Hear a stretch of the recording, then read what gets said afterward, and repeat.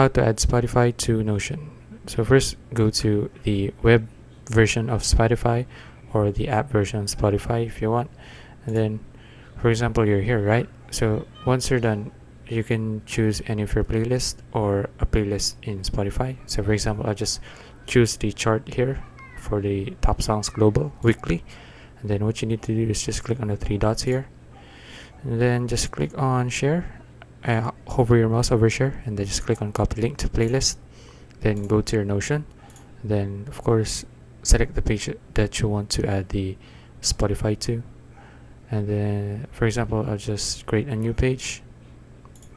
Okay, now then just paste the link here that you copied earlier, and then just click on embed, and there you go.